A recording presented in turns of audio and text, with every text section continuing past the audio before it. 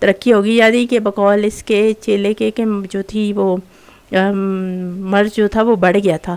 تو پھر کہا کہ 10 رتی کو نین دے دو اور 1 گھنٹے کے بعد مجھے پھر اطلاع دینا، اور یہ نہ سمجھنا کہ میں سو گیا ہوں، بے تکلف مردانہ سیڑھیوں سے آواز دو. 1 گھنٹے بعد میں پھر گیا اور عرض کیا کہ کوئی افاقہ نہیں ہے. تو کہا کہ 10 رتی مشک دے دو. میں نے عرض کی کہ اس وقت مشک کہاں سے لاؤں؟ تو حضور ایک مٹھی بھر کر مشک لے آئے اور کہا کہ 10 رتی ہوگی. اب یہ مرزا قادیانی کے حالات مٹھی بھر کے کہہ رہا ہے کہ 10 رتی. تو میں نے کہا کہ حضور یہ زیادہ، تو کہا لے جاؤ پھر کام آوے گا. یعنی وہ مرزا قادیانی کے تو ویسے دماغ جو تھا وہ نشوں کی وجہ سے کام نہیں کر رہا تھا. تو یہ جو تھے یہ بے عقل لوگ بس یہ اس کے پیچھے لگے تھے. کہتے ہیں میں نے دوا لے لی اور 10 رتی مریضہ کو دے دی. 1 گھنٹے بعد پھر گیا اور عرض کیا کہ مرض میں بہت اضافہ ہو گیا. کہا کہ 10 تولے کیسٹر آئل دے دو. میں نے آ کر 10 تولہ کیسٹر آئل دیا. اس کے بعد اس کو بہت سخت قے ہوئی اور قے اس مرض میں آخری مرحلہ ہوتا ہے. اس کے بعد اس کا سانس اکھڑ گیا، گردن پیچھے کو کھنچ گئی، آنکھوں میں اندھیرا آ گیا اور زبان بند ہوگی. میں پھر بھاگ کر سیڑھیوں پر چڑھا اور حضور نے میری آواز سن کر دروازہ کھول دیا اور کہا کیوں خیر ہے؟ میں نے عرض کیا اب تو حالت بہت نازک ہو گئی ہے، سانس اکھڑ گیا، گردن کھنچ گئی، آنکھوں میں روشنی نہیں، زبان بند ہوگی. کہا کہ دنیا کے جتنے ہتھیار تھے وہ ہم نے چلا لیے، اب ایک ہتھیار باقی ہے اور وہ ہے دعا کا. تم جاؤ، میں اس وقت دعا سے سر اٹھاؤں گا جب صحت ہوگی. اب اگلے صفحے پہ یہاں پہ یہ کہتا ہے کہ پھر جو ہے میں گھر آ کر یعنی سو گیا کہ ٹھیکیدار نے خود ٹھیکہ لے لیا. اس وقت رات کے 2 بج چکے تھے. میں گھر آیا اور مریضہ کو اسی حالت میں چھوڑ کر دوسرے کمرے میں چارپائی لے کر سو رہا. یعنی وہ یہ ان کے حالات اتنے بے احساس قسم کے لوگ ہیں کہ وہ بیوی وہاں پہ مرض سے جو ہے وہ تڑپ رہی ہے، اس کے حالات جو ہے وہ دم اکھڑا ہے، تو وہ اس کو چھوڑ کے جو ہے وہ کہتا ہے سو گیا میں دوسرے کمرے میں.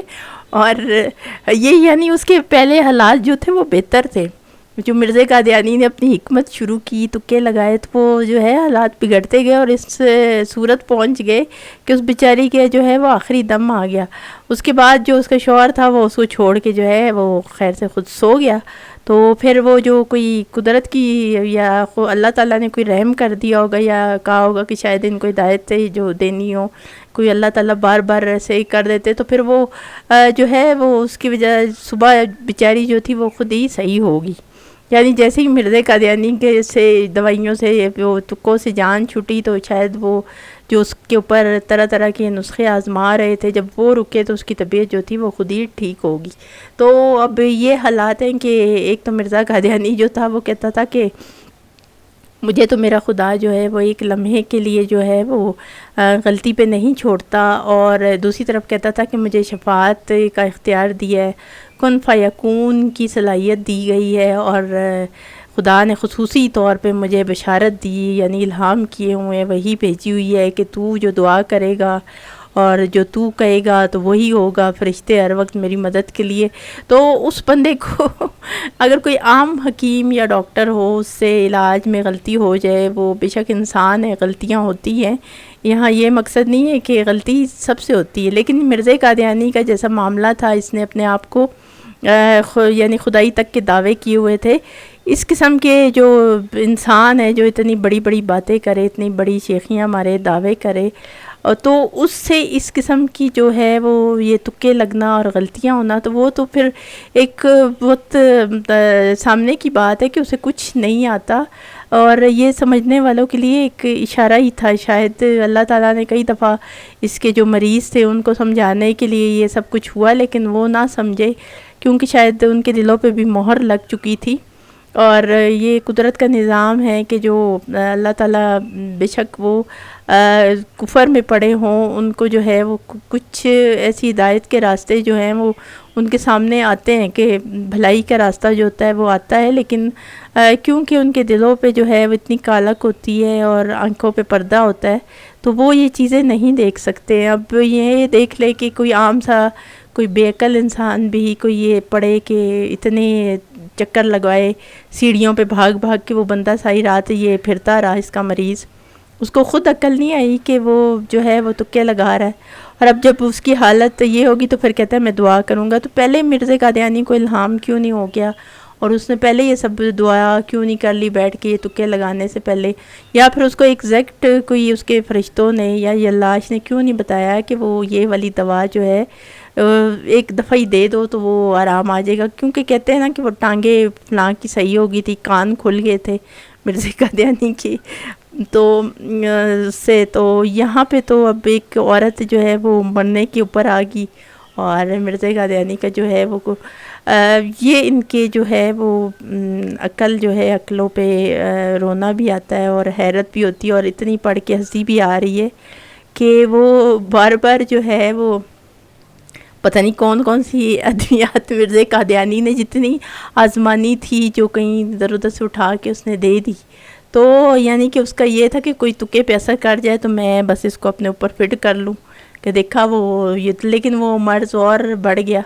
تو یہ ان قادیانیوں کے حالات تھے اور یہی جو ہے مرزا قادیانی کی جو روحانی زندگی اس کے اندر یہی کچھ بھرا ہوا ہے.